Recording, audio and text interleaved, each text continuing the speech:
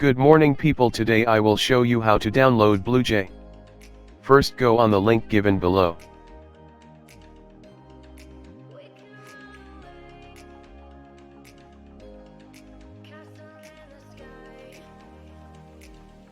Here you will find the links to download the BlueJ application.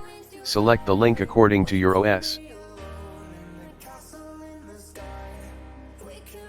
I am having Windows OS, so I will download accordingly.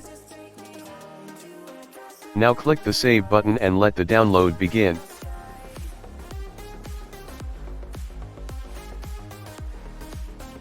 According to your internet speed, the download will be completed. Meet you after the download completion.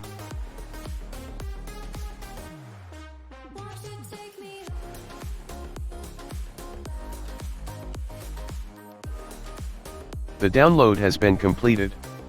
Now let's install the application. Click on the setup file and open it up. BlueJ setup wizard will open now. Click next. Again click next.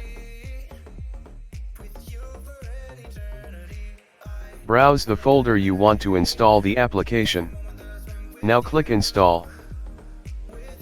Installation will start now. Click finish.